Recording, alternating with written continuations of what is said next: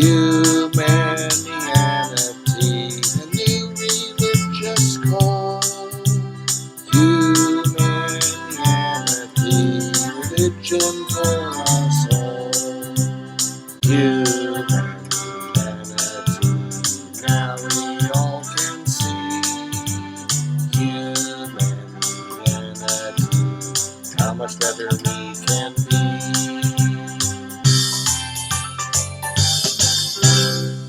Hi, I'm Bill Van Fleet, and this is Humanianity Conversation number 43, recorded on April 6th, 2020.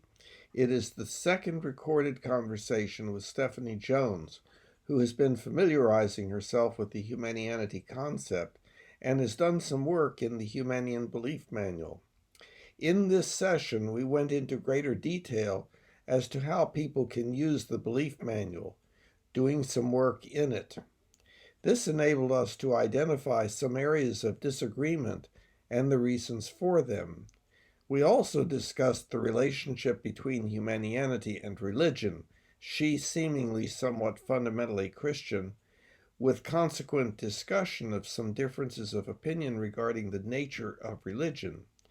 There were several interferences from technical problems requiring some editing. So you have used the belief manual, and you have agreed to some of the beliefs in the belief manual and disagreed with others, and therefore constructed your belief manual that constructed your basic ethical philosophy to a certain extent. And I noticed that you have some significantly different beliefs than I do, or so it seems.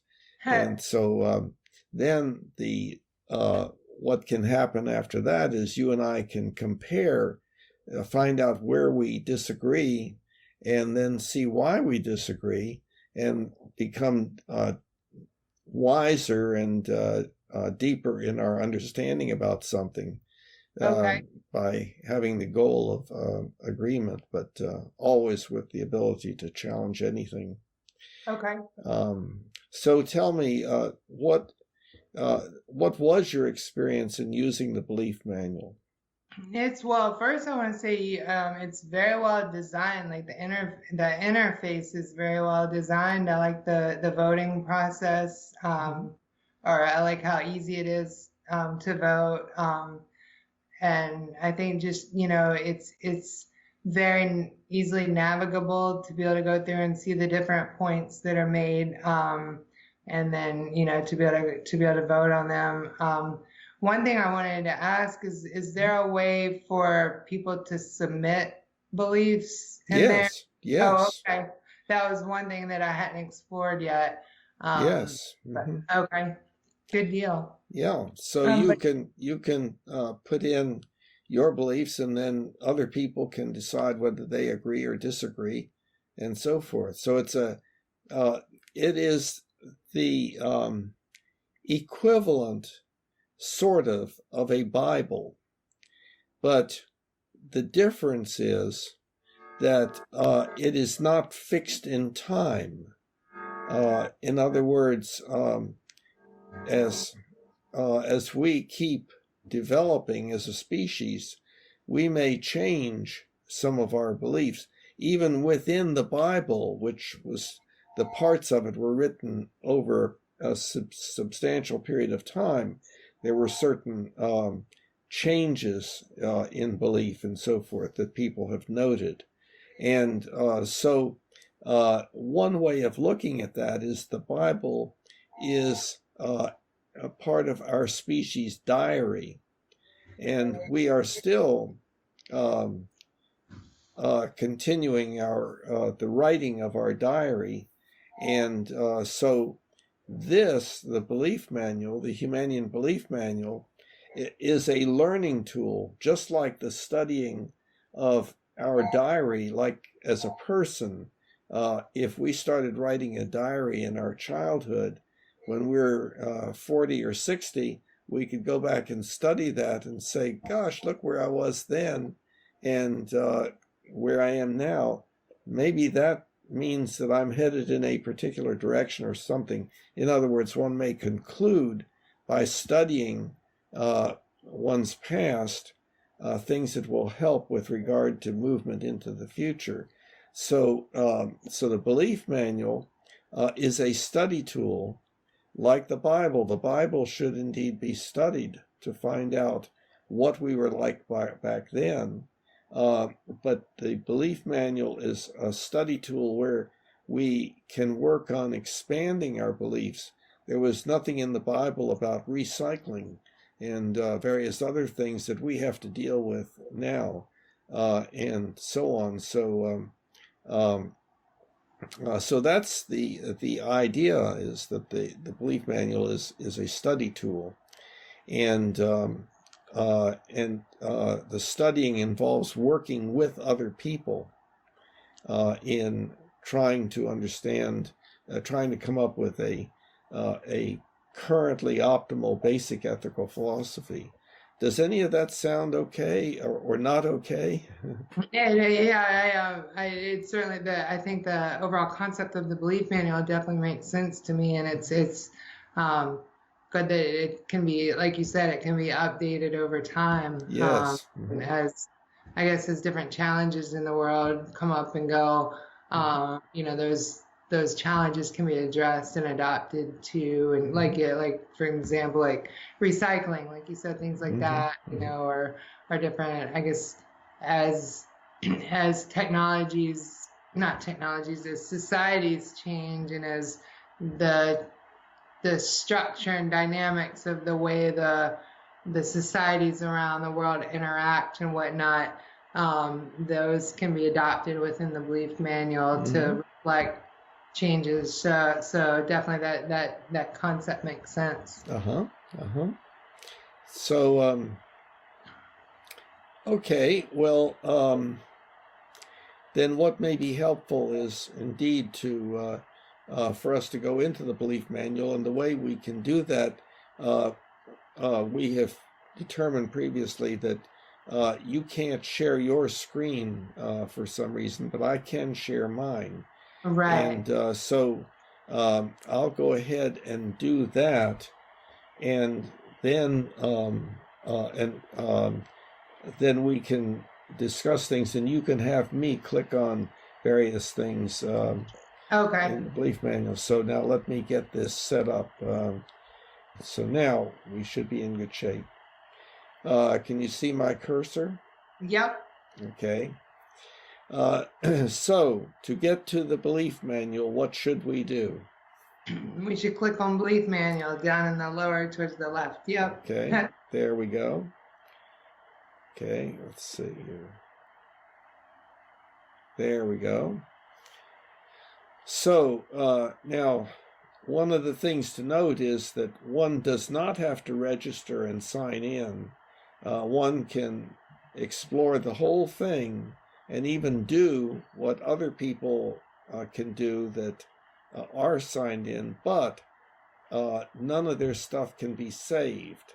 So, of course, what I need to do is to sign in. Okay. And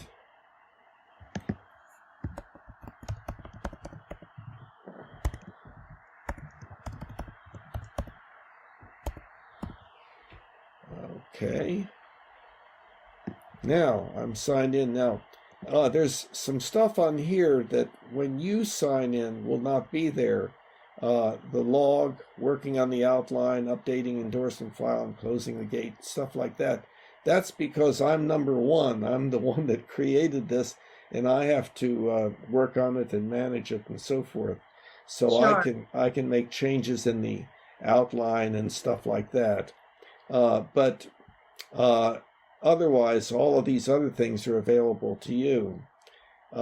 So now I can enter the belief manual to work on and vote on proposed beliefs, or view and work on definitions as used in verbalizing the beliefs, etc., etc.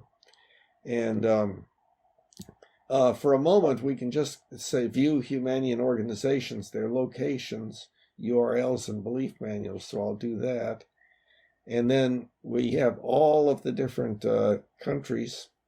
And here's USA. And see, we have 3 listed here, but 2 of them, no, one of them is actually just a demo. But there are 2 that are in North Carolina, and one is Charlotte Humanianity, and the other is Humanianity of Gaston County, which, however, is totally inactive, unfortunately. See, the only belief that is in its belief manual is the Humanian ultimate ethical principle that is true of all of the manuals, assuming that they are Humanian. But this, you see, has 95 beliefs in it. And it says your organization. That's because indeed it is my organization. In other words, I am a member of it. But what I'll do is go back up here to go back and go back again. And now I'm back to these various possibilities. Okay, so what I'll do is go into the belief manual. Now, actually, I've already checked out your belief manual, but let's take a look here. Do you see manuals here on the left? Yeah. Okay, yours. And see if I hover over it, it says Belief Manual of W. Van Fleet. And you notice that I have said yes to 101. I have not disagreed with any, and there are 9 that I have not expressed any opinion about. And then my organization, Charlotte Humanianity, has 95 beliefs that are in its belief manual, where 2 or more people have agreed and nobody has disagreed, and so on. And but again, the organization has not really taken off. And then there's Steph. Well, that's you. And it says that you have agreed to 14, you've disagreed with 13, and 83 you have not yet expressed an opinion about. Yeah, So, why is it showing my name there? Is that just because I was the last person to comment, or no, because I checked you out. Now let's clarify. I'm going to see, I'm visiting your belief manual. Oh, I see. Okay. Now, if I wanted to stop visiting your belief manual, what would I do? That I need your help with. Well, look along the buttons at the top. Are you talking about how like you would uncheck existential and ethical, and is that what you're talking about? Those things, yes. But do you see a button that would seem to be relevant to my visiting your belief manual? Maybe the yellow left arrow button. Well, that just takes me back to see. So I think is it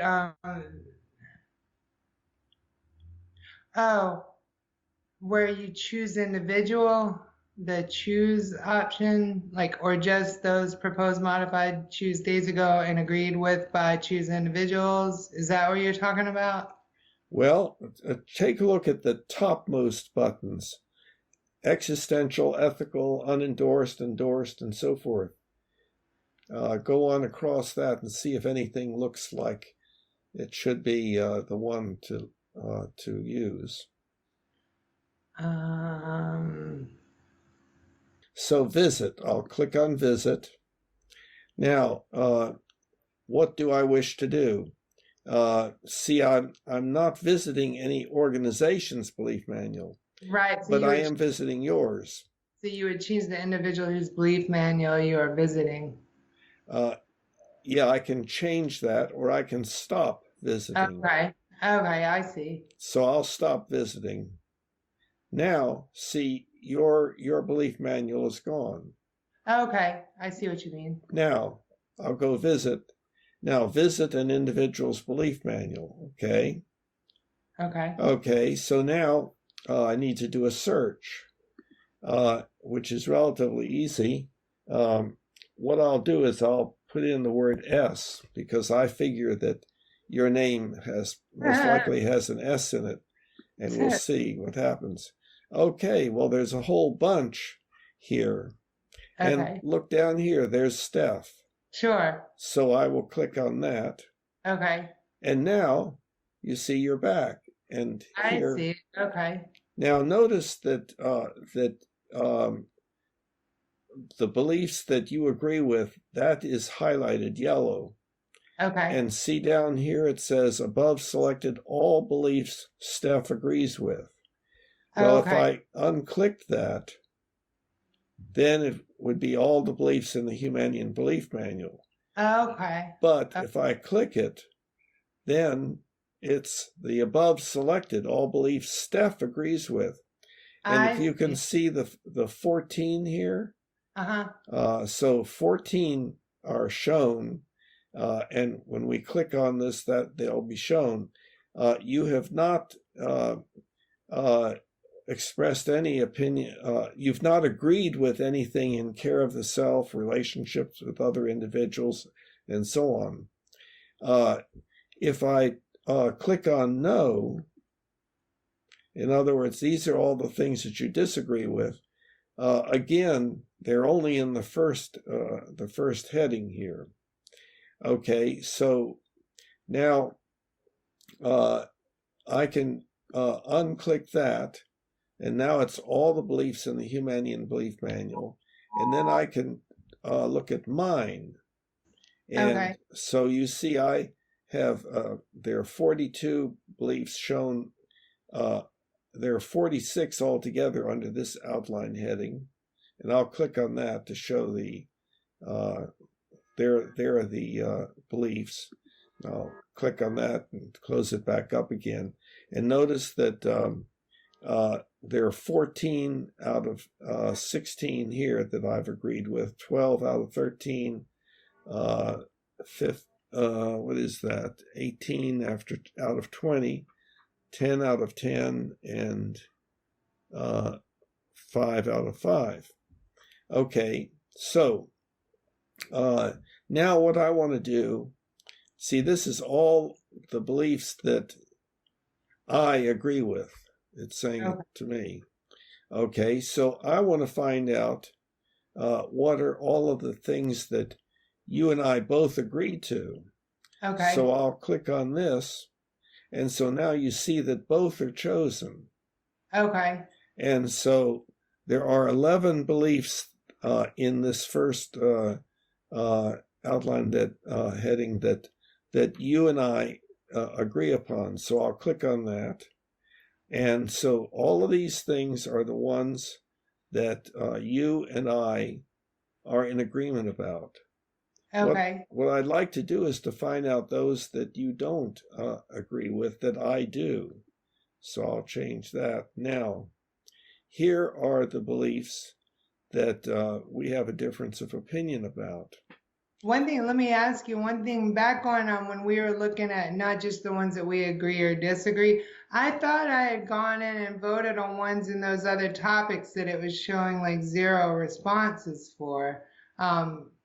There are a lot of things that I haven't voted on, but I thought outside of even just this one category, I thought there were, in the other categories, I thought I had voted on some other things. Yeah, like in care of self, relationship with others, or other individuals. Well, let's check it out again. I'll will not include mine.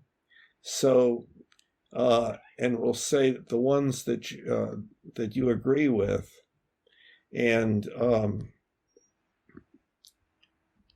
so there aren't any down here. Okay. So now what about disagreement? Let's change it to see. There aren't any here. You see the red 13. There are 13 that you disagree with. maybe I had started reading those others, and I guess I hadn't started voting on them. That's Yeah, interesting. yeah. That may be it, something on me, but I was just making sure like I hadn't been like the votes were like not counted or something like that. But okay, well never mind. I'll have to go back in and go back through on those other ones too. Yeah, that'd be great. Okay, now let's go back to find the ones that we disagree about. In other words, where I agree with it and you disagree with it. Okay. And there are 12. And now what we can also do here is turn on voting. And then that will show that you have voted no. I have voted yes. There are 29 people enrolled. 16 have said yes. 1 has said no, and that must be you. So it will be interesting to see why you disagreed with this. So let's check it out. Typically, the more complex the issue a person is making a decision on, the less likely that person is to have a thorough understanding of the factors regarding the issue.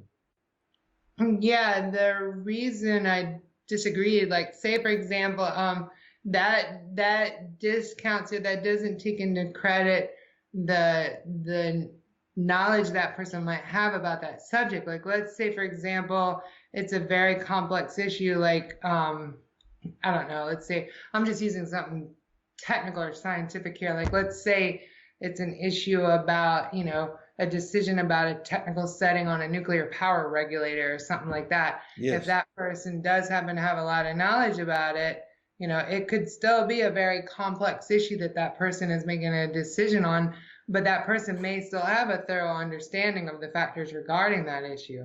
Okay, so then the key word is typically. In other words, it does not say it is always true. Okay. Well, I guess to me, it seems like, that's still like, regardless of whether the word typically is there or not, you know, very often in society, complex issues are made by people, complex issues are decided on by people who do have a thorough understanding of the factors regarding those issues. Like the complexity of the issue has nothing to do with whether that person has a thorough understanding of that issue or not. You know, hopefully Yes. the complex issue, hopefully the person does have a thorough understanding about it. Mhm. Like say, for example, I don't know, like let's say a mayor has to make a decision about a complex issue pertaining to the budget or whatever. Well, chances are that mayor does have a thorough understanding of the city's budget, you know, or in a family situation, like if there's a complex issue within a family that a mother or a father has to make a decision on, chances are that father or that mother does have a very thorough understanding of whatever that issue is because they live within that house. They understand that issue, even though it may be complex. Like for example, how to help a child out of like a drug addiction or something like that. That person in that family has a better understanding of their child than say an outsider would, or somebody who doesn't understand that child at all or never met that child. So that's where I didn't see where the complexity of an issue being decided on relates to whether that person has a thorough understanding of that issue. I see. Yeah, well, I think I follow what you're saying and agree with you about that. What I would say that this is that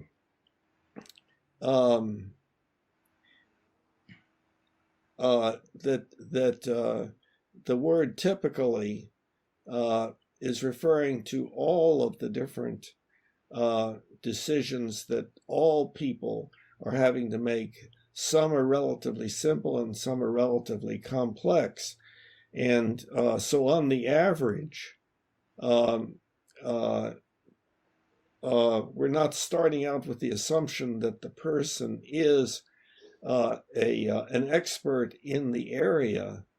We're saying that typically for us human beings, the more complex the issue is, for you and me, the less likely we are to have a thorough understanding of the factors regarding the issue, unless, of course, we specifically have been trained in that issue. And maybe that's something that should be put in there. Maybe it should be edited. But well, maybe I'm thinking maybe the word complex makes it vague, because maybe, or maybe, you know, the way I'm thinking of it, maybe what you're saying, it would be more accurate to say typically the more complex, the more an issue is perceived as complex that a person is making a decision on, the less likely that person is to have a thorough understanding.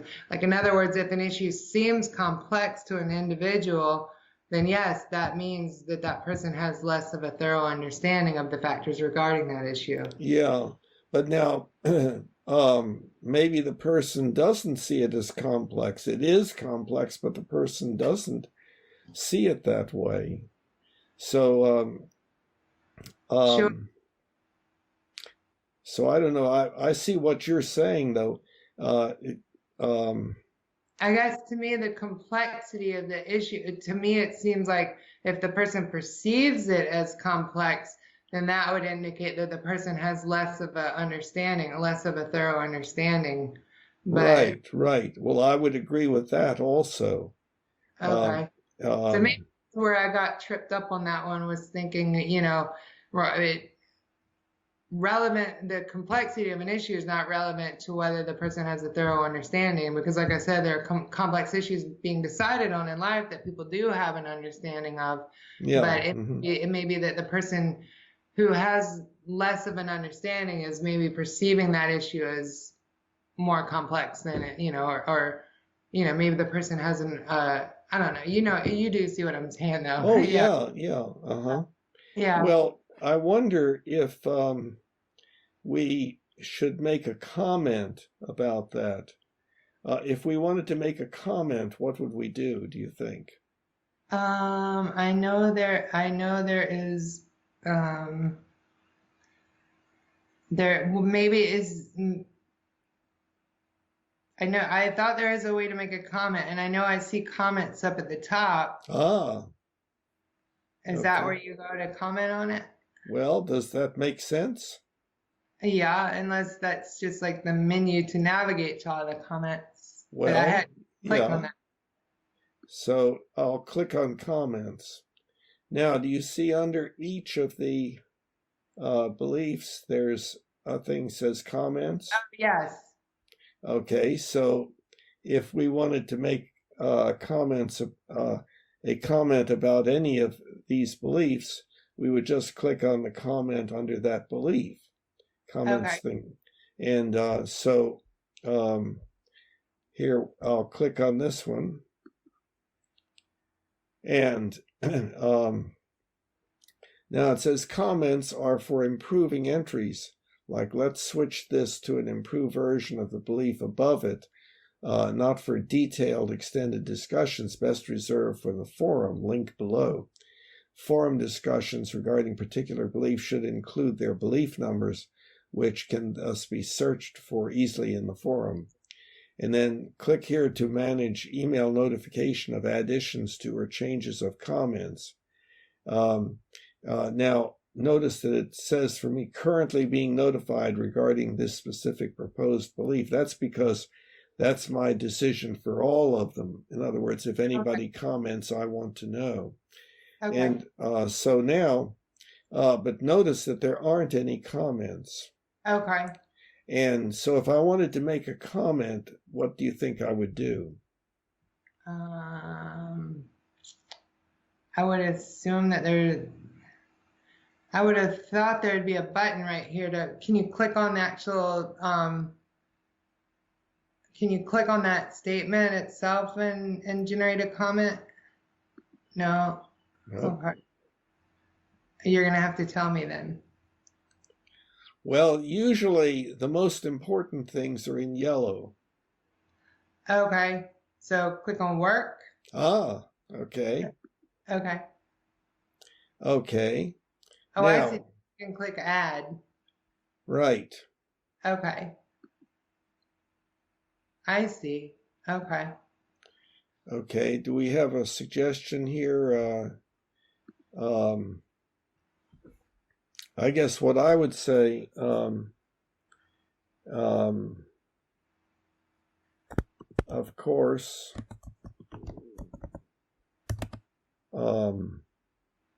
some individuals are indeed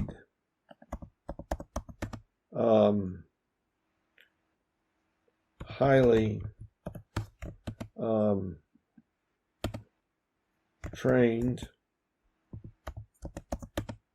in specific areas, but this belief is referring to people in general.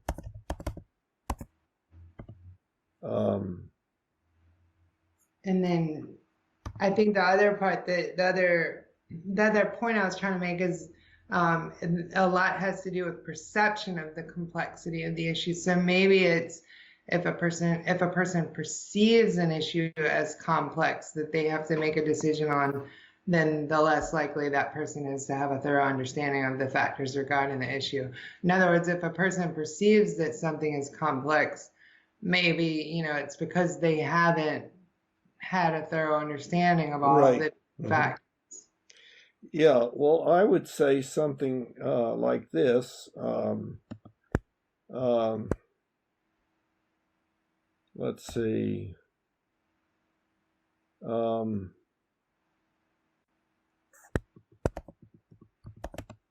Usually, oops.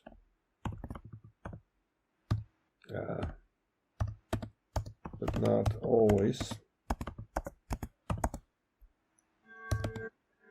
have some idea of the complexity of the issue that they are having to make a decision about.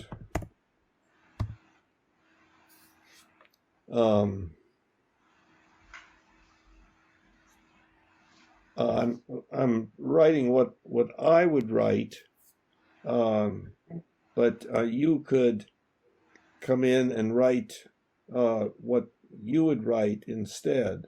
Sure, that makes sense. So I'm going to submit this.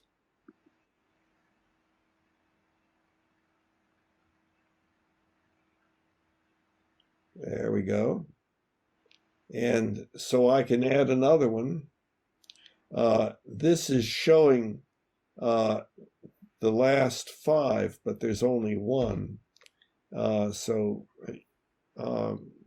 I see. Like if there were a bunch, we could click on 10 and then it would show us like 10 at a time. Yes, that's it. Oh. Exactly. Sure. And then of course I can edit or delete. Okay. So on. So now let's go back and see what see success, comment added. Okay. So we'll go back.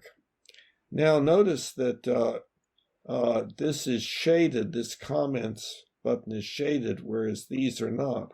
That means there is a comment now for this. Okay. Okay. Well, let's see. Let's try another one just to see. So you have voted no and I voted yes on this. Many of our motivations, things we want to do, are a part of our basic animal nature, and some of these at times increase the quality of our own and others' lives, while some of them at times cause unnecessary pain, suffering, disability, and early death. our species has developed a marked capacity for inhibiting some behavior and promoting other behavior to improve our quality of life. You disagree with that? Let me, as you were reading, I was trying to, let me read it again to myself one more time. Yeah, sure.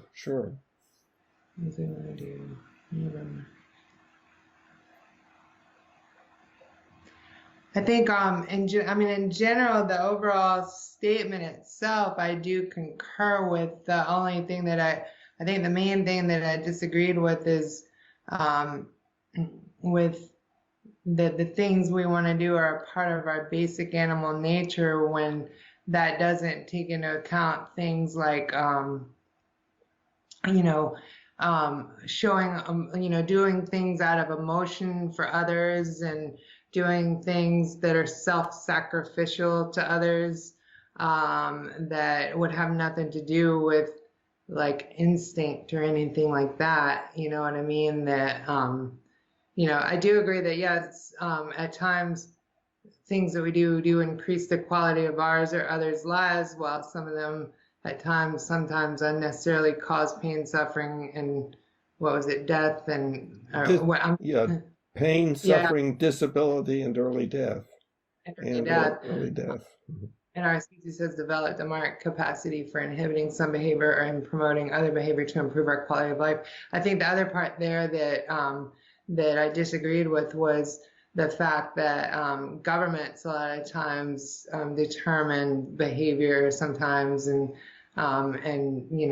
inhibit behaviors sometimes that may or may not have anything to do with our quality of life. Like, very often governments make poor decisions that hurt our quality of life, that has nothing to do with us as individual decision makers. Yeah, I agree with that. But what this is referring to, it looks like to me, many of our motivations, things we want to do, are a part of our basic animal nature, and some increase the quality of our own and others' lives. And we do cooperate, and we do mutual grooming, so to speak. We say good things to each other, make each other feel good, and so on. But there's also anger and hostile behavior and theft, and rape and stuff like that. But these things are inhibited. We learn as children, no, don't do this, don't do that. And that's essentially our ethics, what we should and should not do, even if maybe for other reasons we want to do it. Like, I'm hungry and I want that food that I see there, but I'm not going to take it because I understand it to be yours, so I inhibit the taking of the food. I have ethics that says I should not take something that belongs to somebody else. Whereas a small child will have not yet learned that, will not inhibit that.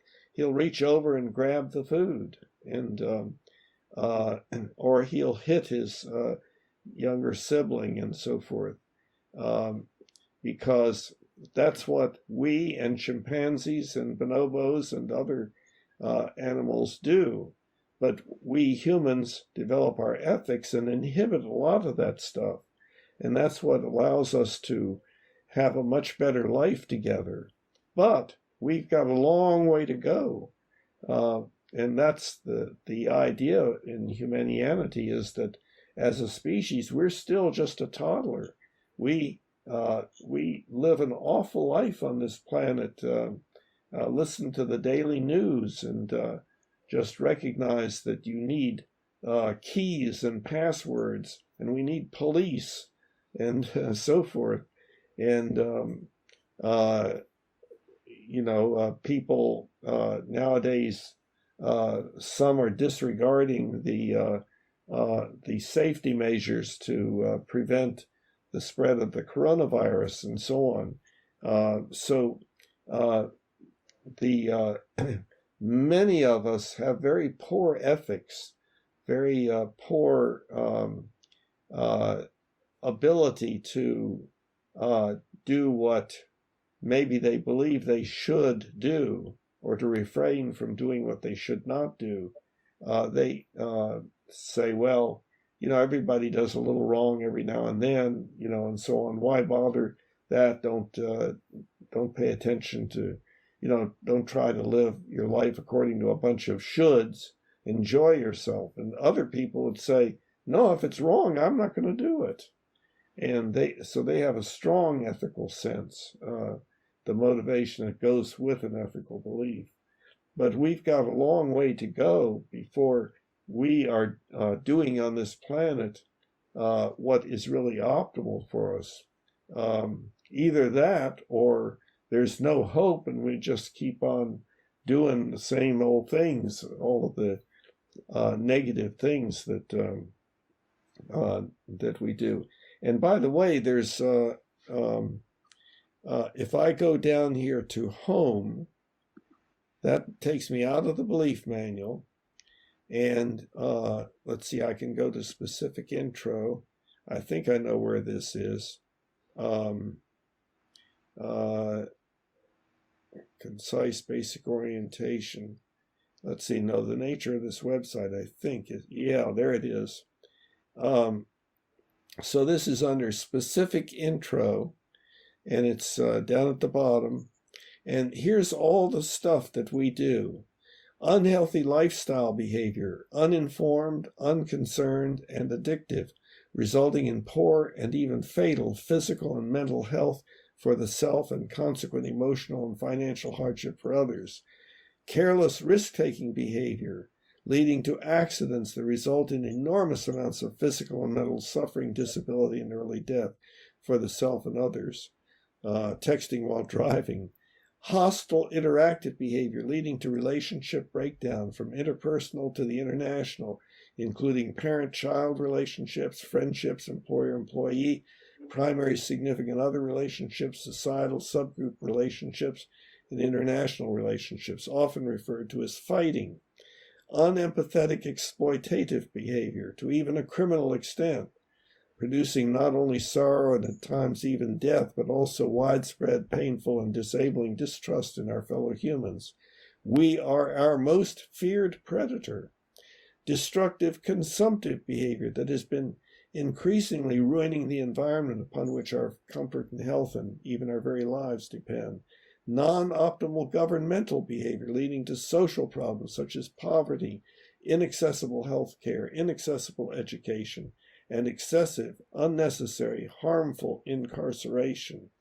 And finally, victimizing cultural behavior consisting of painful and even fatal intolerance, discrimination, and aggression toward harmlessly non-conforming or different individuals and groups by individuals and groups, including mob behavior, terrorism, and genocide. So that's that was my effort to come up with a complete list of all the horrible things that we do. And if we stopped doing those things, what would life be like on this planet? And of course, most people say, well, this is as good as it gets. That's just the way we are. History has shown that when we try to make things better, we make them worse.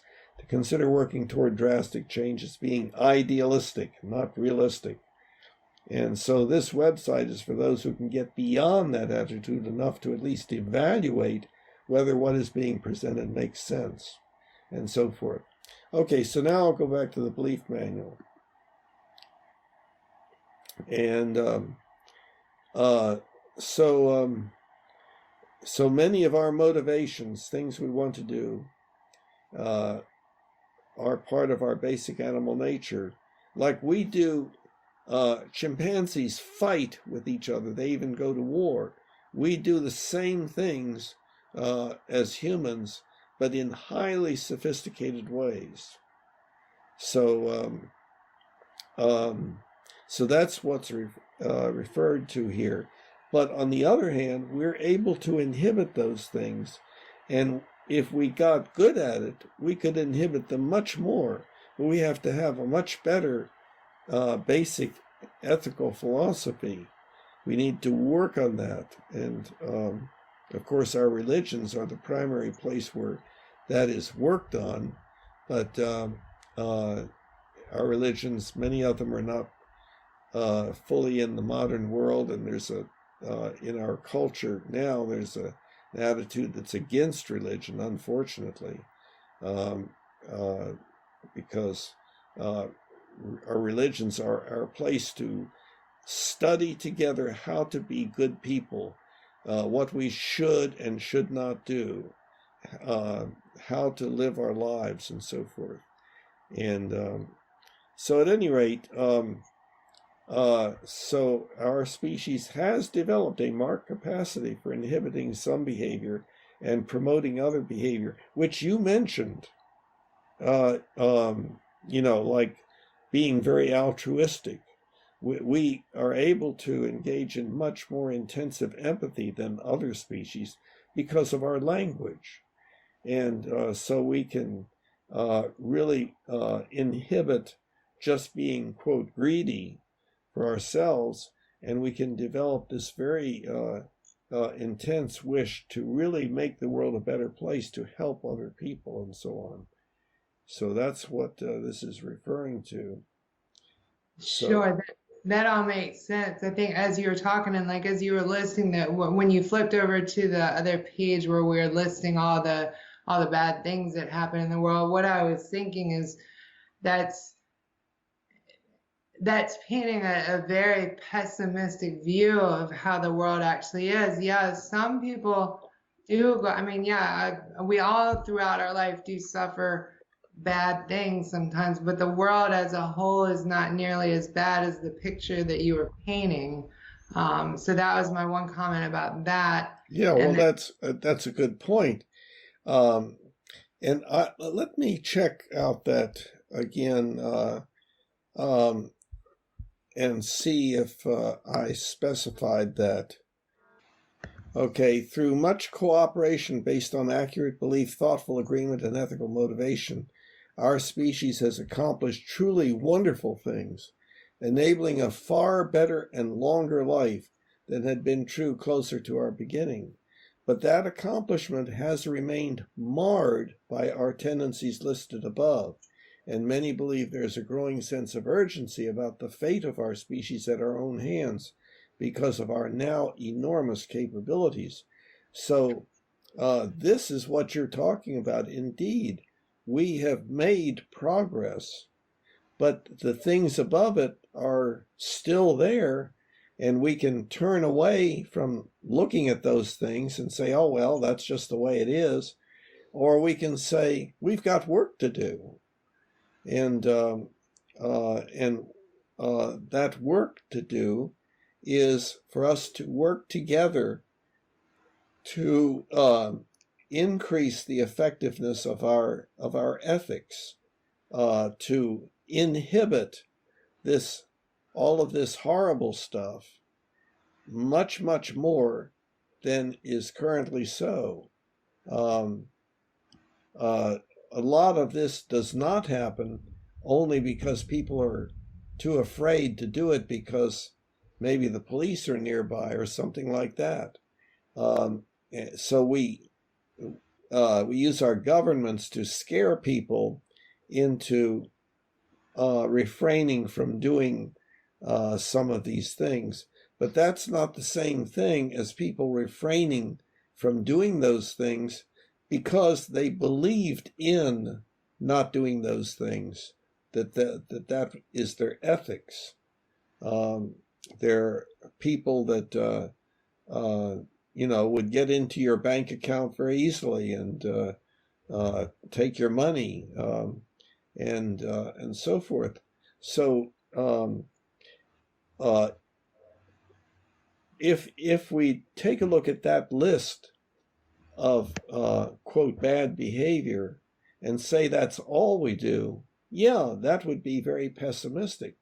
But the next paragraph down says, no, our species has accomplished truly wonderful things, enabling a far better and longer life, and so forth. But it's still been marred by these tendencies above. I'm sorry to interrupt you right there on that point. I'm getting an indicator that my computer is now about to hibernate. I forgot to get the power cord is still outside, so I think we're about to drop off here right in a second. But this is a key point though. Like, can we pause the recording right here and start another one? Well, I'll let you get that taken care of, and I can edit out the time lapse. Okay, I'm gonna go quick because I don't know if Okay. we're not. Okay. I'll be back. Mhm.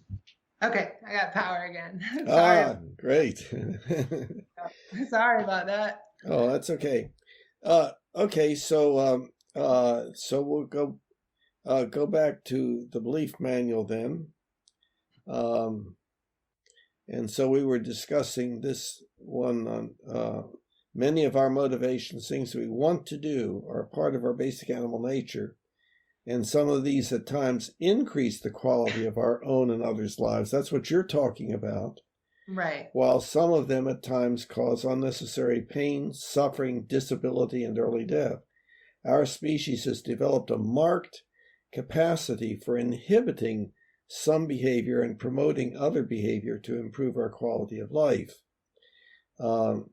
That's true for many of us, but I think most of us could be better people than we are, and make less mistakes and do less things that have a negative effect and do more of a positive nature. And that's something that can be worked on throughout the course of one's life, I would say. Sure, So, I don't disagree with that. And I think that's kind of part of life's process is that throughout our life, we learn from our mistakes. We learn things that may have caused PSDED to others, or we learn where we harmed others.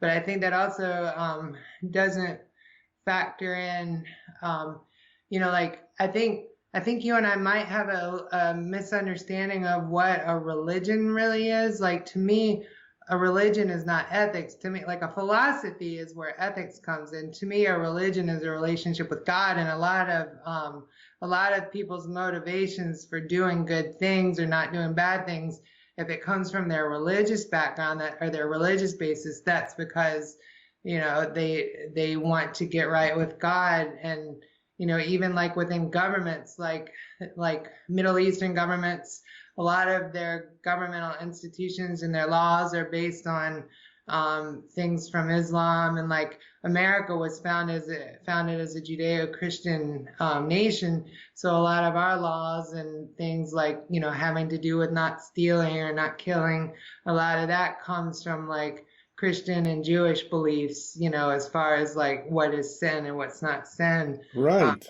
Right. But there you,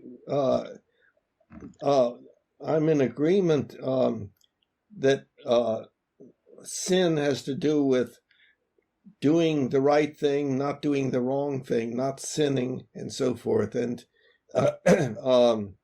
and of course there are very authoritarian religions like Islam, where if you don't believe the right thing, what you should believe, then you're subject to honor killing and so forth. So I think authoritarian religions have a problem, but the religions are, there's a lot of variety. There's a lot of variety about how people think about God.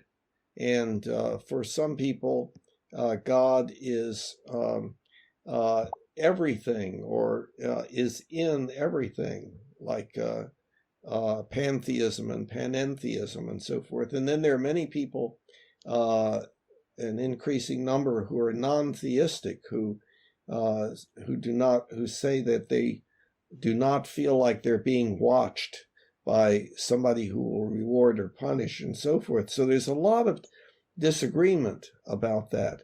And the problem there is, if we as a species want to become better people, better as a species, we can't base it upon agreement about whether there is a God and what that God wants and so forth. When are we ever going to come to an agreement about that? But we can agree to the basic the Humanian ultimate ethical principle and work toward that, and hopefully that would convince people of some religions that, well, if a person wants to leave that religion, you shouldn't kill them, Right. But if you think about religion having the relationship with God, why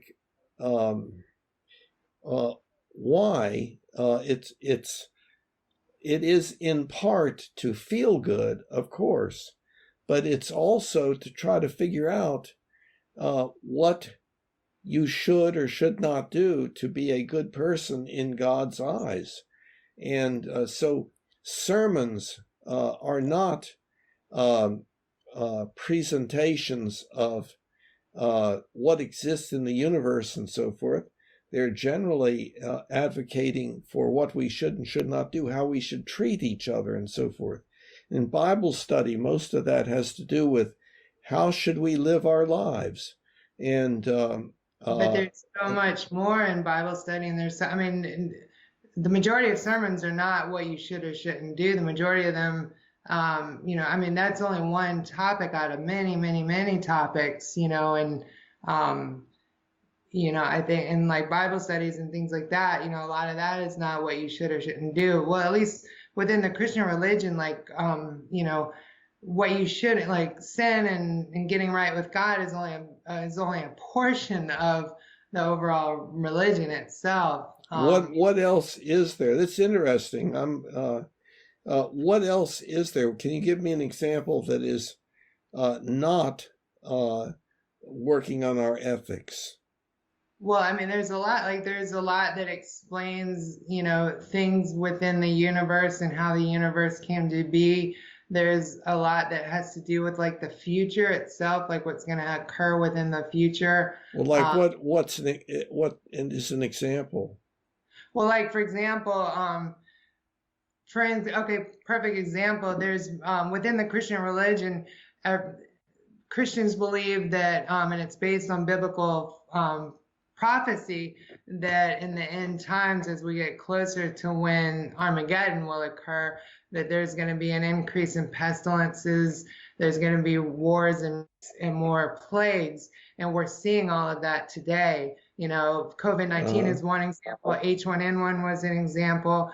All the different pandemics and epidemics that have been occurring in a more increased fashion is one example. We are at an all-time record seismic activity as far as earthquakes go. Africa and Asia are experiencing the biggest plague in history now as far as locusts go. And wars and rumors of wars and things, people discussing wars or the potential of wars is at an all-time high too. So, there's so much more. Yeah. Okay. And I agree that there are those things discussed, but why are they discussed? Is it not to figure out how we should be prepared or how we should think about those things? It has nothing to do with that. It's just a statement of fact. I see. So in other words, it is an alternative to science. Not an alternative. No, not at all. It's just a statement about what is to come. It doesn't have anything to do with science, and it also doesn't play into whether an individual should or shouldn't do anything. It's just this is what it's going to be, and you can make with it what you want, Well, my observation has been that what happens is there is advocacy. Let's say the preacher or the minister is giving a sermon and he is advocating that we think in a certain way, that we try to feel a certain way, and that we do certain things in general, treat each other better, that we should love God, that we should if you listen to the sermon, it's that person's ideas about what he is recommending to other people that they believe and that they feel like love for God and for each other, and do, like, helping the disadvantaged and so forth. That is definitely one. I mean, that's a small portion, but like the majority of the sermons that I attend are the other way around. It's talking about God's love for us. There's every now and then, yes, you will hear something about, you should treat somebody one way or the other, but it's not even from that perspective of that preacher's telling you what to do. The bulk of the sermons are from the perspective of showing an abundance of love from God for us, and they don't have. He is advocating that we should indeed believe that, right? No, it's just a sharing. It's not telling you how you should or shouldn't believe. It's just sharing God's love that He has for us. But it's not advocating that we that's the way we should think about God or anything like that. It's not like they're imposing their beliefs. No, not at all. It's just not imposing beliefs, but advocating for a better way of viewing one's life and what exists and so forth. That they're advocating that one keep certain things in mind, that like God's love for us and so forth. It's an advocacy with regard to what we should think and feel and do. And I think it's important that we all advocate to each other if we feel like we've got something to contribute. The minister has done extra special studying in a particular area, and so he is advocating on the basis of that, and people listen to him because they know he has studied, he or she has studied and has something to offer, and so on. But I understand what you're saying. I know that people, that most people do object to my way of viewing religion. I still maintain that I am correct, but that doesn't mean I am.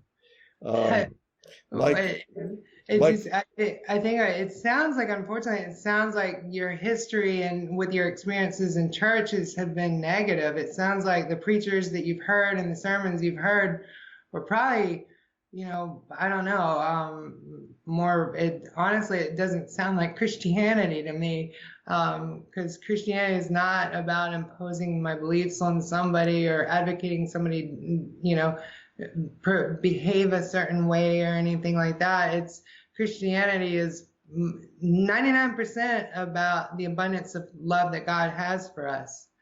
And that, that is a motivator for helping us to love each other, but it helps build it, faith becomes a big part of this too, because I think, and you mentioned we go and listen to preachers because they're learned individuals. Not necessarily. A lot of them, don't come from, a lot of them, at least some of the newer ones these days, we go and listen to them because of the abundance of their faith and the evidence that we see in their life and, and the impact they've made on others. Do they not advocate for faith, to have faith? Right. Well, I mean, it's not. Well, that's what one should do. That they're advocating that people have faith, that they look at the world in a certain way. So but that's not I mean, that has nothing to do with behavior. That whether or not you have more faith or less faith than me, that has nothing to do with how we behave in society. No, I agree. I agree with that. But that there are lots of things that we should do that are not manifested in external behavior necessarily. In other words, people talk all the time about negative thinking versus positive thinking, and how one should view things and so on. But I know that we have a somewhat different orientation. The next belief down is the feeling of certainty that you are correct when there is another person believing that you are not is no good evidence that you are correct. So I have a certain feeling of certainty, but that doesn't mean I'm correct. You're disagreeing with me, and you may be correct. So I don't know why you disagreed with that. The feeling of certainty that you are correct when there is another person. I think that because really true. Well, I mean, the feeling of certainty that you are correct when there is another person believing that you are not is no good evidence that you are correct. Yeah, that's true about certain things in life. Like, I will certainly admit I'm no expert in the field of, say, I don't know, pre-K education, or things like that, or I'm not an expert. I will certainly agree that I'm not an expert in a lot of subjects, but there are certain things that I will take a stand on and say, yeah, I do, I feel pretty confident that I know what I'm talking about. Yeah, I understand. But is it not true that people can be very, very certain that they are right and still not be? Sure, yeah. And people do make mistakes, yes. So there's a book, the title of which is On, Certainty. And I did not read it all the way through or anything, but the basic idea was that the feeling of certainty, if I understood correctly, the feeling of certainty is just a feeling. And one can be very, very certain about some things and still not be correct. And, in the field of psychiatry, people talk about delusions, where a person has a belief that they cannot shake. It's very, very strong, but it is something that most anybody else would believe was kind of way out.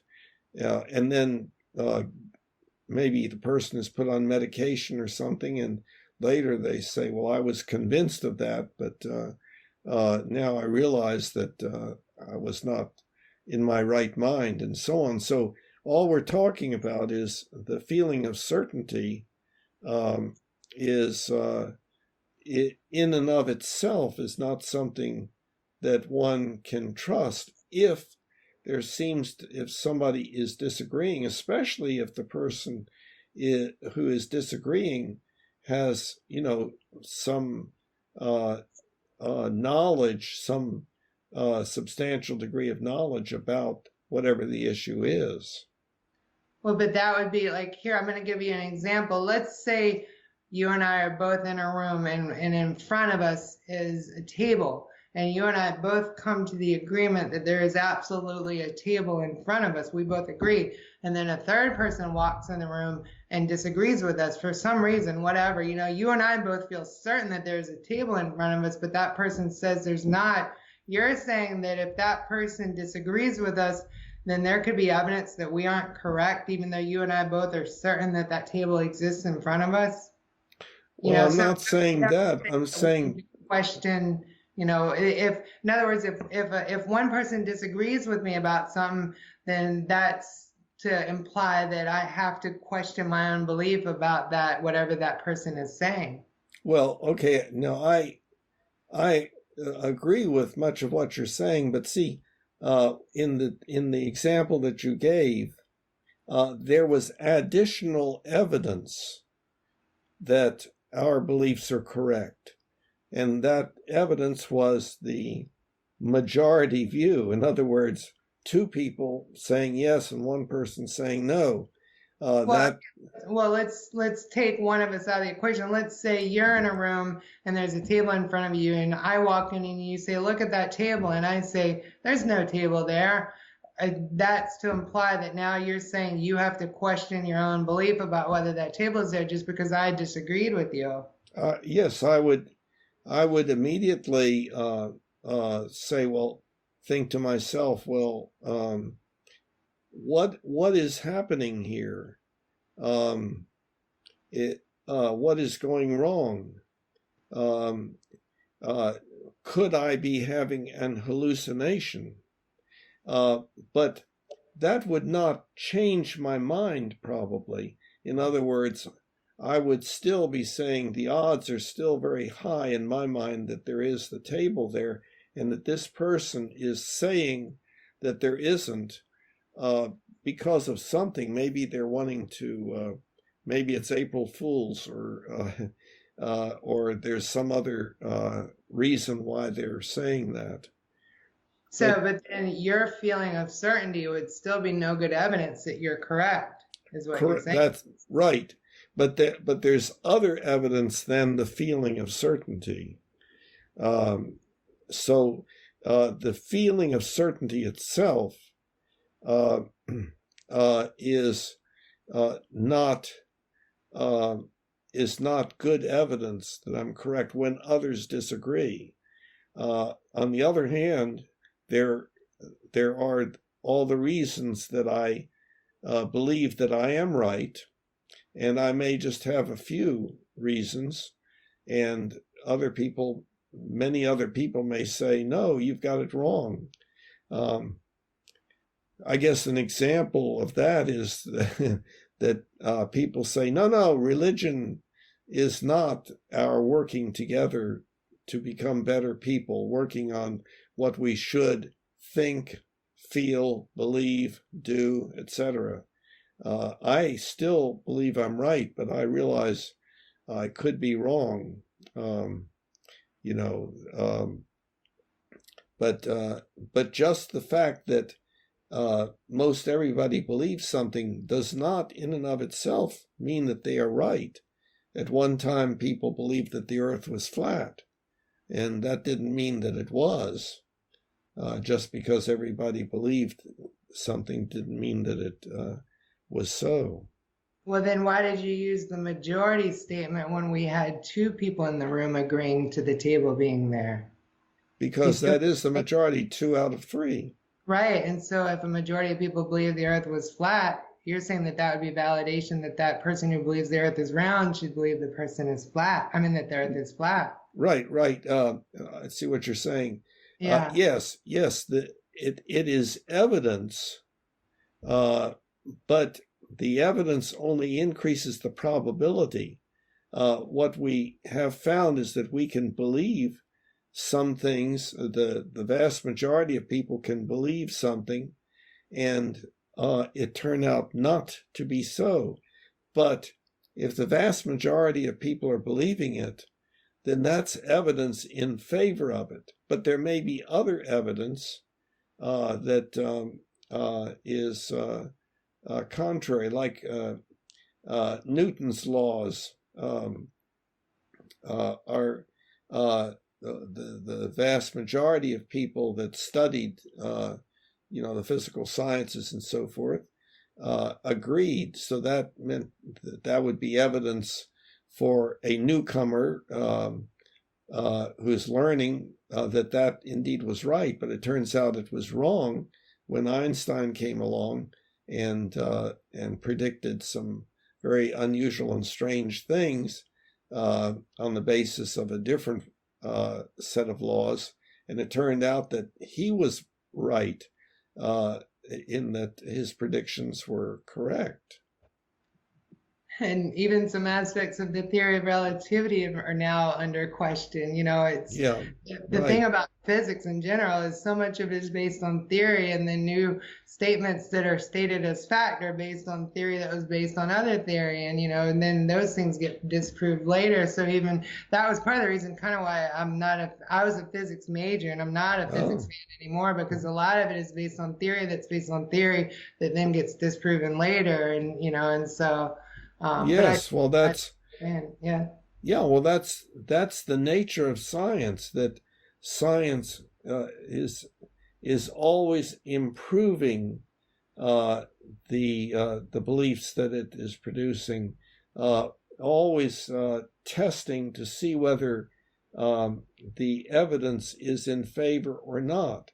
And it may take a long time before something comes along that disturbs the feeling of certainty about some particular belief that has been arrived at.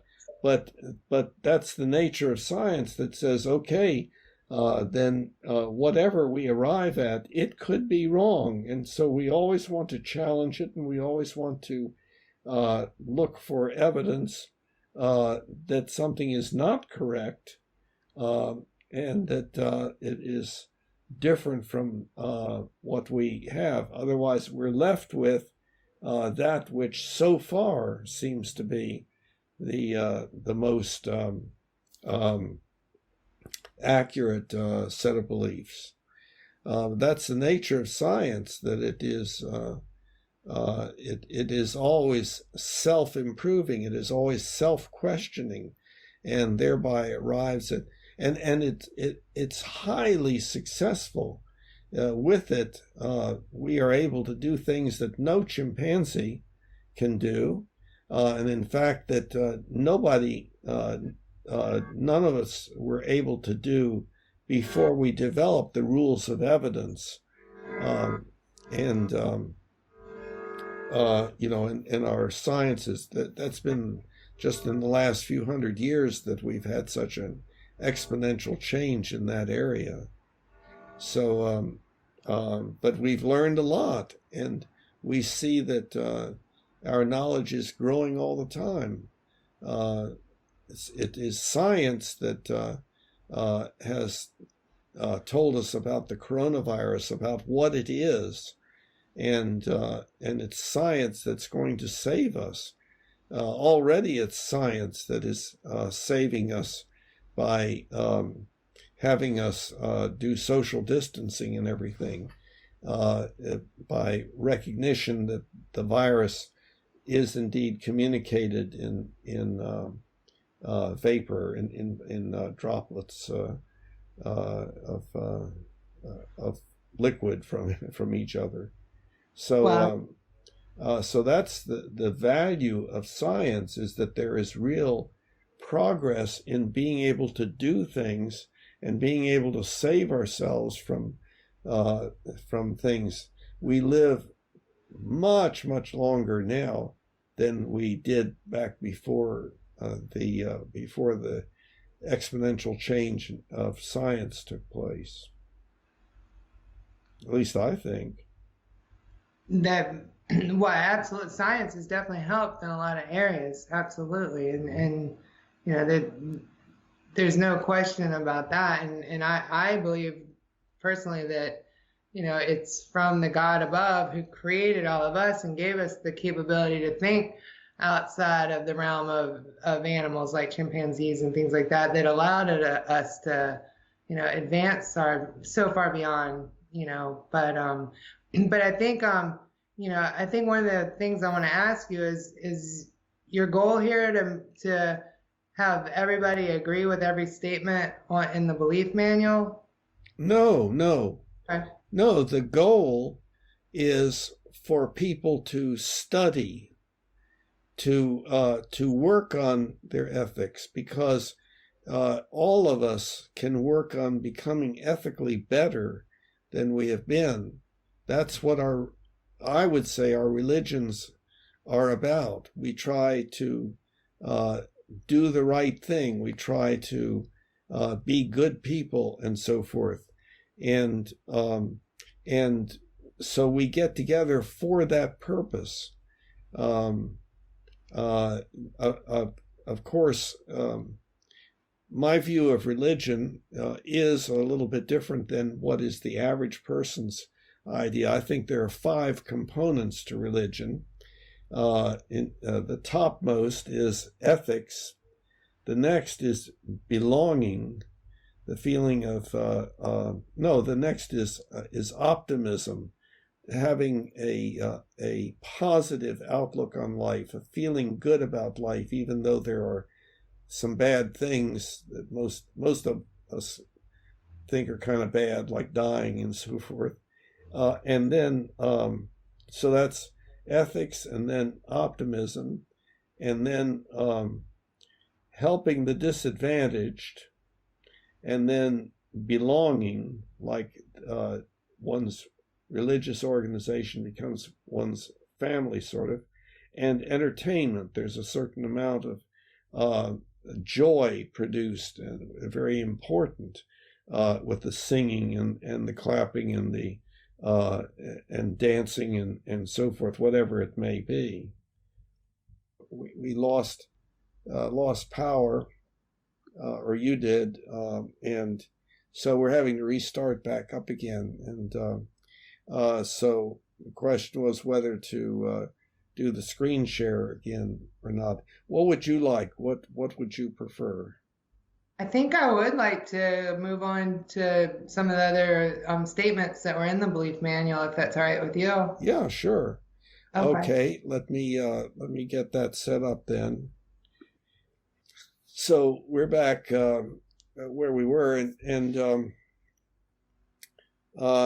so what would you like to do at this point? There, by the way, there's all sorts of other stuff here, like if I wanted to remember about this this particular belief that or the feeling of certainty, I could go ahead and asterisk that. And so I go up to asterisk. Ah, okay. If I asterisk something, does that mean I can see like a list of all the ones that I put an asterisk by later? It can, you can only asterisk one, but there's another way of doing what you're talking about.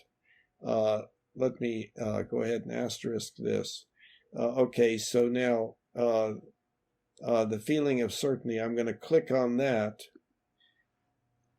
And now that's asterisked. And see, when we're back here, you see the asterisk. Oh, yeah. Okay. And then we can go down, and it's under agreement, and there it is. But what you're talking about is studying. And so you see the study here? Yep.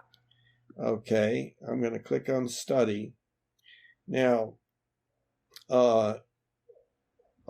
you see it says save above in study list, save above in study list. So if I'm going to do this, let's say I'll save this one. Now that's yellow, and I'll save this one. That's yellow. Okay. And maybe I'll save this one down here. Okay, now see part of study list selected above. Okay, that's because something is selected here. But so here are the ones that I've selected. Okay, that's neat. That's very good. And then I can empty them all. I can remove one from it. Let's say I'll remove this one. Now I've just got those. And see, these are my saved beliefs selected from all beliefs that I agree with and Steph disagrees with. Okay. Okay. And what you can do to add to your study list is if we go back out of this and do a search, we can do a search. Let's say the word we want all beliefs that have a certain word or phrase in them. What would you like? Oh, wow. Is this specific to all of them within the manual or everywhere in the manual? Yeah. What like? I guess the word I don't know. Let's say you put me on the spot. How about the word common? COMMON. Okay, COMMON. Yeah. Okay, let's see. No results. That's apparently Oh, not in the belief manual. okay, let's go with the word ethics. Okay.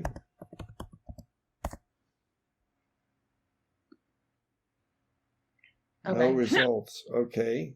Let's go with individual. Okay.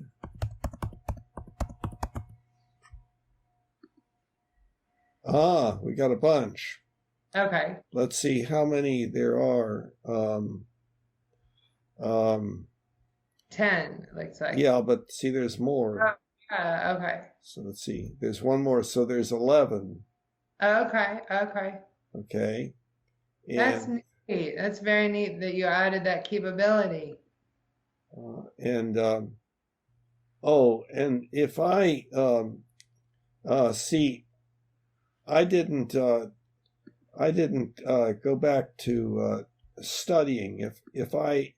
If I am indeed studying, and I go ahead and do a search, individual, then I can save the list below, if any, for study. Ah, okay. So now all of these that were shown, they are now in the study list. In the study list. That's neat. That's very And then cool. I can take them out also. Let's see part of study list selected above.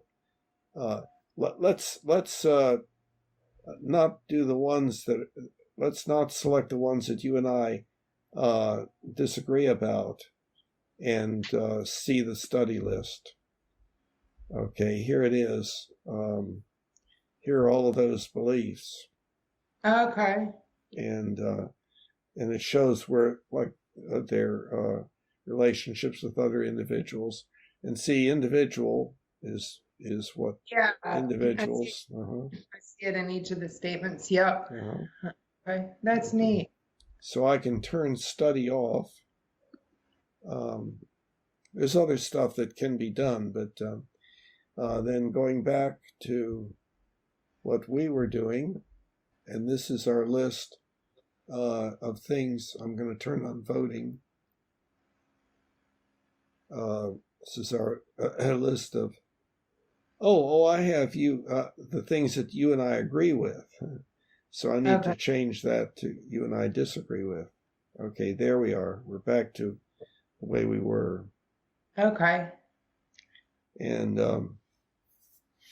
if you're signed in, then the asterisk and stuff like that is saved for when you come back in at a later time. So in other words, the asterisk is almost like a bookmark where you can come back to later. And Yes. okay, that's neat. I like that. And okay. And you can remove it also. Hit asterisk, and then you can go to the asterisk belief, and there it's under agreement. Okay. And there it is. Okay. What did you just say that display button up there does? I did not say the display. Oh. This is relatively not used, but you can have the normal outline. You can have the whole open outline with no beliefs under it. And there's the whole outline, no beliefs under it. No outline, but all selected beliefs. And so here are all the beliefs that are selected. It's on your selections from up above. Okay. And then normal display would be back to where we were. Okay. That's very neat. Yeah, I wrote all of this in PHP and MySQL and HTML. Now, I'm still mind-boggled because I've worked in PHP and SQL, and I know you did a lot of work in this thing. Yeah, it's several thousand hours. Yeah, I can believe because it. I'm not an IT person, This is an add-on to my life. Well, even professional coders, professional developers, this is a very complex system you've developed here. So I'm very impressed. Yeah. Well, I appreciate that. if I understand it correctly, we are running out of time. What can we, let's see, the last thing we were talking about, of course, was this very significant and complex issue about what is religion and so forth. And I acknowledge to you that my my definition, so to speak, of religion is not inconsistent with what some people say that are more in academic areas and so on, but it is certainly not what most people would agree with, and you're not agreeing with it also. Well, not, well, all I was saying is it sounds like, to me, it sounds like you see religion as just a means for, well, you were listing like the motivations for religion are those 5 major areas or whatever. And to me, it's much more than that. It's basically, it is everything to do with life, basically. But, yeah, everything to do with life. Yes. But I think one of the things that I hope Humanians believe is that you're going to have to help me with the noun for this, but the overall, Humanianity itself can coexist with religions. You know, the two are not mutually. Oh, yeah, okay. Let's go to home. So Humanianity, the religion for humanity, religion meaning working together on increasingly become the ethically mature human species we can be. Humanianity currently just a very early movement in many of our religions and our species in general. And then it defines it, it's just commitment to this ultimate ethical principle. What Humanianity is and is not. Definition of Humanianity as used on this website. Humanity is the currently very early but probably exponential human species-wide change from the naturally occurring authoritarian ethics based upon obedience to the most powerful, for example, parent, leader, culture, deity, about which species-wide agreement has been impossible, to ethics based upon the social contract by everyone, for everyone, and rationally consistent with the above Humanian ultimate ethical principle. Rationally, meaning using where possible the rules of logic and the rules of evidence. Now, Humanianity is religion, but not currently a religion or denomination in the descriptively accurate sense that it is. Human activity, the primary purpose of which is to help individuals formulate, understand, and apply fundamental principles regarding the best way to live their lives, i.e., a basic ethical philosophy, set of beliefs about what the right things to do are and why, or stated in a different way, how to be a good person and why. Thus, neither implied nor denied here by, quote, religion are theistic beliefs, various specific supernatural beliefs, or beliefs maintained by faith or obedience, these being absent in some entities recognized as religions, and not necessarily maintained by all individuals currently involved in many recognized religious organizations and activities, and so forth. So, so there's a lot here that describes in a very basic way the idea that some of the ideas that I think are associated with this commitment to this ultimate ethical principle. And you were saying that I saw religion just as such and such. I think religion is very important, and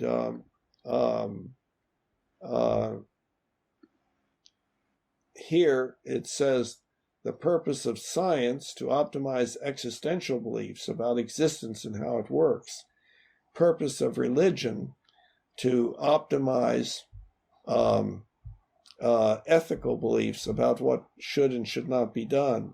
Science without religion is dangerous.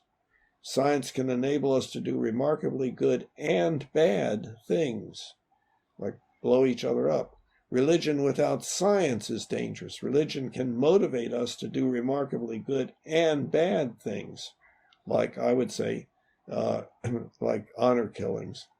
Bad science is dangerous. We can do terribly bad things due to beliefs on faulty, non-rational scientific methods. Bad religion is dangerous. We can do terribly bad things due to beliefs based on coercive, authoritarian-ethical religious methods. Good science is rational. It helps prevent doing bad things due to mistaken beliefs. Good religion is rational, ethical, and Humanian. It helps preventing wanting to do bad things due to mistaken beliefs or bad motivational states, and so on. And so Humanianity is the emerging movement, especially in religion, from authoritarian ethics toward rational ethics and the HUEP, and so forth. So so this tells all sorts of things about it. But no, I'm very much, I am very much for religion. I think that there is a wide range. I think there have been over 4,000 religions. I don't know who has been counting them, but our religions have been a very organizing feature in our lives. The problem currently is that we are drastically changing. Our cultures are drastically changing.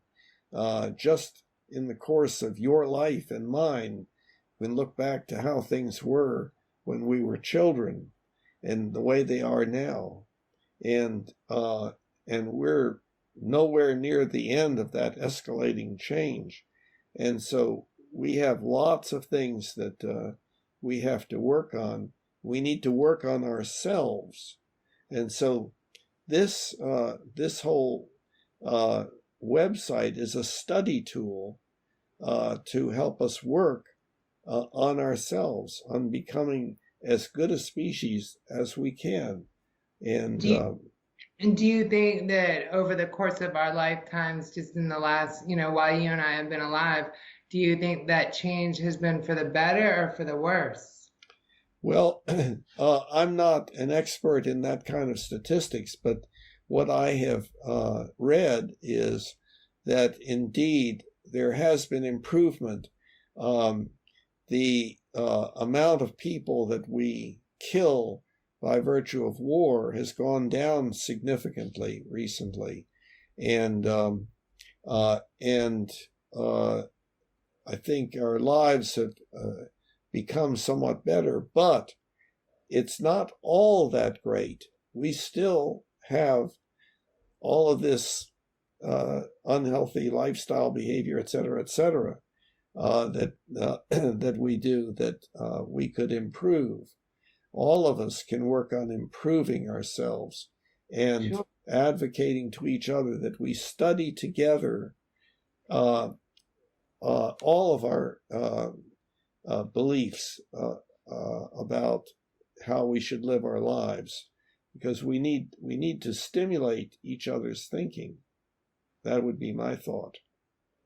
Okay, that makes sense. Well, and then I'm looking at the clock too. I do actually need to drop off here in about a minute or two. Okay. But yeah, but I think part of the reason I was asking you about whether Humanianity and the various religions can coexist is because it still goes back to me wondering if you and I have a similar understanding about religion, because it seems to me that you see religion as primarily having to do with ethics, and to me religion is more about relationship. What do you mean? What do you mean about relationship? Like relationship with God, because like I'm looking, while we were talking, I looked up the definition of religion, and the noun form is the belief in and worship of a superhuman controlling power, especially a personal god or gods. And then similar to that is a particular system of faith and worship, or a pursuit or interest to which someone ascribes supreme importance.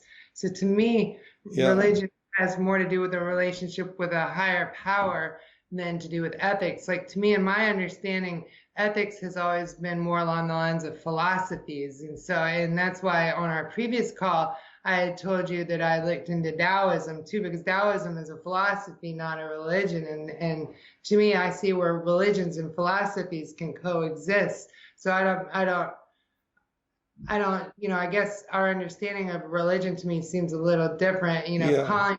Calling humanity a religion to me, I don't necessarily agree with. I see it as a philosophy, not a religion. No. Humanianity is not a religion. It is religion, but not currently a religion. See, it says that here. Yeah, and religion by definition is a relationship with a higher power. Not necessarily. Not. I don't think that that's true of Buddhism. I'm reading the definition right now: the belief in and worship of a superhuman controlling power, especially God. That's right. That is one definition.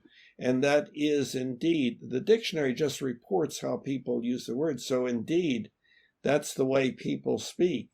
But in more academic, but I think if you look up all the different definitions of religion, you'll see that they do not require the belief in a sentient entity that is watching us humans and so forth. And I have attended churches where, for instance, there's a church locally that welcomes people of all different religious orientations, and atheists included. Are you talking about Wedgwood? Yeah, that's right. Yeah, that's and actually that's where I picked up your flyer when I first learned about Humanianity. Is that right? Uh-huh. It sure is. But well, I hate to do this to you. I have to drop off now, so we will have to resume this later. Yeah. But I have thoroughly appreciated it, and I am sorry for that technical glitch. And for everybody who will be watching this later, it is entirely my fault. I don't know. I don't have an explanation for why, but my system dropped its power, so. It may have something to do with the fact that I'm using a 45-watt power supply, not a 60-watt power supply. But anyway, I do apologize about that, Bill. Well, there's no need to apologize. We have things happen like that all the time. So I really appreciate the dialogue that we've had. And absolutely. And I want to continue it some more. Great.